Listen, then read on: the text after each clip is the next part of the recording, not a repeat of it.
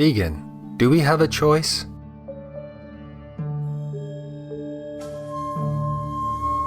Our programs offer many languages. Please visit suprememastertv.com/schedule. Nos programmes offrent plusieurs langues. Veuillez visiter suprememastertv.com/schedule. Nuestros programas ofrecen varios idiomas. Visiten suprememastertv.com/schedule。我们的节目提供多种语言，请看 suprememastertv.com/schedule。Even as a mother protects with her life, her child, her only child, so with a boundless heart should one cherish all living beings, radiating kindness over the entire world.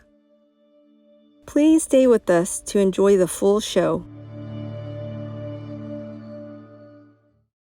Adarniya Darshakbind, Namaskar, translates to Hello, respective viewers. In Nepali, I am Bhaskar. The Lepcha people pray that you enjoy spiritual upliftment. May Buddha's love and grace be your guiding light.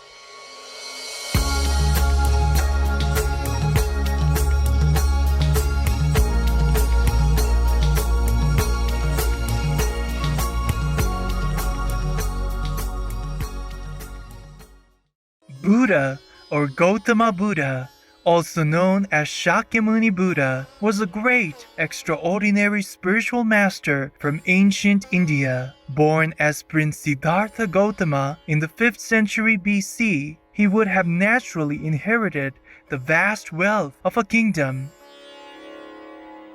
However, the prince left the palace life in search of spiritual knowledge. After years of contemplative seeking, the Buddha attained great enlightenment under the Bodhi tree. He then shared the merits of his practice by providing a method for other sentient beings to be freed from the cycle of death and rebirth. The rich treasury of Buddha's spiritual doctrine on universal truths is studied and revered to this day for its deep wisdom and compassion. The Pali Canon, or Pali Tipitaka, are a collection of sacred Buddhist Pali language texts which form the foundation of Theravada Buddhism. The Pali Tipitaka, which translates to the three baskets, consists of three main categories, namely the Vinaya Pitaka, which contains the rules for monastic order, the Sutta Pitaka, which contains the suttas or discourses by the Buddha, and the Adi Dhamma Pitaka, which are an elaboration of the Buddhist doctrines relating to the investigation of the nature of mind and matter. Although Pali is an ancient language of the Indian subcontinent, it is still the main language for studying Theravada Buddhism, even though translations of many languages can now be found. Pali chanting is a common way of studying the Dhamma, cultivating mindfulness, wholesome thoughts, and aspirations, as well as helping practitioners in dedicating life to spiritual practice. Pali chanting includes sutta chants, reflections and recollection chants, praise and gratitude to the Buddha, the Dhamma, and the Sangha chants, as well as chants on codes of conduct, precepts, and many more. Nowadays, Pali chanting may be done in the Pali language alone, or may be interspersed with translations in the local language to facilitate better understanding for people less proficient in Pali. Today, we will continue with some translations of selected Theravada Buddhism Pali chants which are recited by both monastic and lay practitioners in everyday life. The recitations of the English translations are from Chanting Book, Volume 1, Morning and Evening Chanting or Puja, and Reflections, Pali and English, published by Amaravati Publications, Amaravati Buddhist Monastery, United Kingdom. This book is available free for download at amaravati.org/teachings/chanting.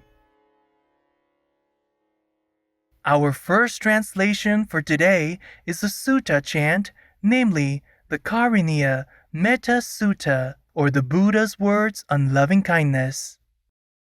The Buddha's words on loving kindness. This is what should be done by one who is skilled in goodness and who knows the path of peace. Let them be able and upright, straightforward and gentle in speech, humble and not conceited, contented and easily satisfied, unburdened with duties and frugal in their ways, peaceful and calm and wise and skillful, not proud and demanding in nature. Let them not do the slightest thing that the wise would later reprove, wishing in gladness and in safety. May all beings be at ease, whatever living beings there may be, whether they are weak or strong, omitting none, the great or the mighty, medium, short or small, the seen and the unseen, those living near and far away, those born and to be born. May all beings be at ease. Let none deceive another or despise any being in any state. Let none through anger or ill will wish harm upon another.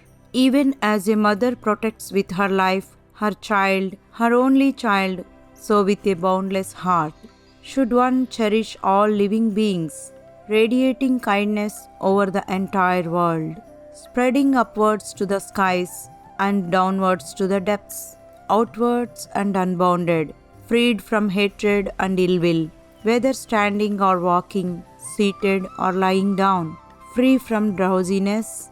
One should sustain this recollection. This is said to be the sublime abiding, by not holding to fixed views. The pure-hearted one, having clarity of vision, being freed from all sense desires, is not born again into this world.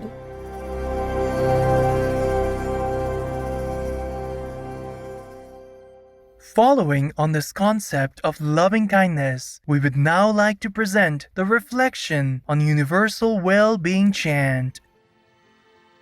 Reflection on Universal Well-Being. May I abide in well-being, in freedom from affliction, in freedom from hostility, in freedom from ill will, in freedom from anxiety, and may I maintain well-being in myself. May everyone abide in well-being, in freedom from hostility, in freedom from ill will, in freedom from anxiety, and may they maintain well-being in themselves. May all beings be released from all suffering, and may they not be parted from the good fortune they have attained. When they act upon intention, all beings are the owners of their action and inherit its results. Their future is born from such action, companion to such action, and its results will be their home. All actions with intention, be they skillful or harmful, of such acts they will be the heirs.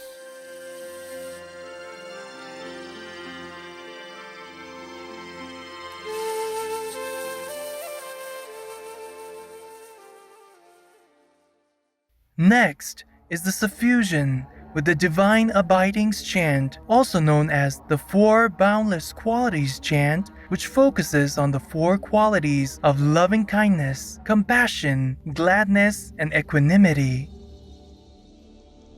Suffusion with the Divine Abidings. Now let us make the four boundless qualities shine forth. I will abide pervading 1 quarter with a heart imbued with loving kindness, likewise the second, likewise the third, likewise the fourth. So above and below, around and everywhere, unto all as to myself. I will abide pervading the all-encompassing world with a heart imbued with loving kindness, abundant, exalted, immeasurable, without hostility and without ill will. I will abide pervading 1 quarter with a heart imbued with compassion, likewise the second, likewise the third, likewise the fourth. So above and below, around and everywhere, unto all as to myself. I will abide pervading the all-encompassing world with a heart imbued with compassion, abundant, exalted, immeasurable, without hostility and without ill will.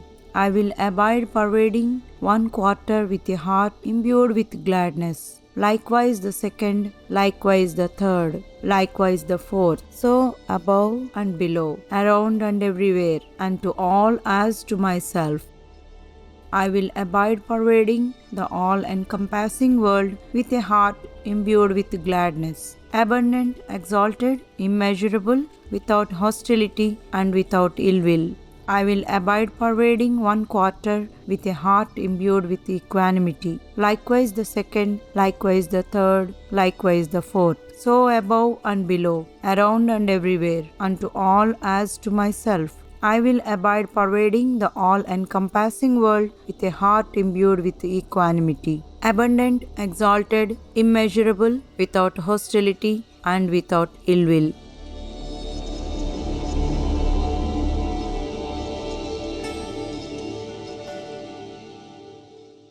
Finally, we would like to present another Sutta chant to you dear viewers, namely the Maha Mangala Sutta, or the highest blessings, which provides a guideline for honest, contented living.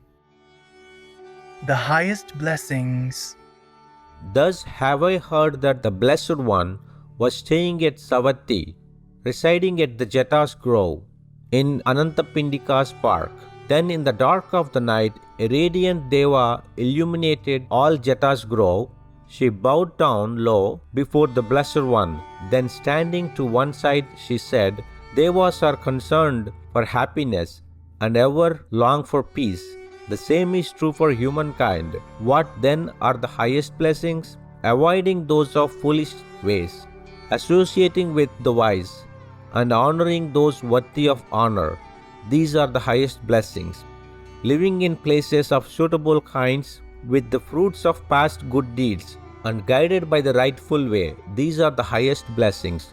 Accomplished in learning and craftsman's skills, with discipline highly trained and speech that is true and pleasant to hear. These are the highest blessings. Providing for mother and father's support and cherishing family and ways of work that harm no being. These are the highest blessings. Generosity and a righteous life, offering help to relatives and kin, and acting in ways that leave no blame. These are the highest blessings. Steadfast in restraint and shunning evil ways, avoiding intoxicants that dull the mind, and heedfulness in all things that arise. These are the highest blessings. Respectfulness and being of humble ways, contentment and gratitude, and hearing the Dhamma frequently taught. These are the highest blessings. Patience and willingness to accept one's faults, seeing venerated seekers of the truth, and sharing often the words of Dhamma. These are the highest blessings. Ardent, committed to the holy life, seeing for oneself the noble truths, and the realization of Nibbana or Nirvana. These are the highest blessings. Although in contact with the world, unshaken, the mind remains beyond all sorrow, spotless, secure. These are the highest blessings. They who live by following this path know victory wherever they go, and every place for them is safe. These are the highest blessings.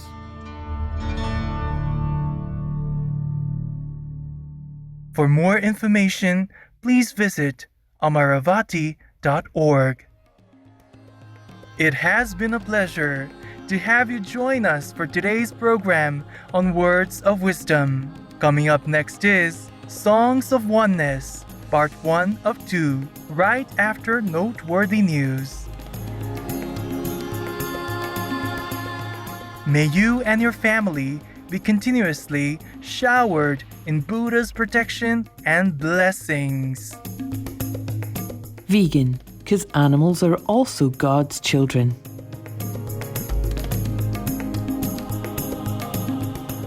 Our programs offer many languages. Please visit suprememastertv.com/schedule and suprememastertv.com/WOW.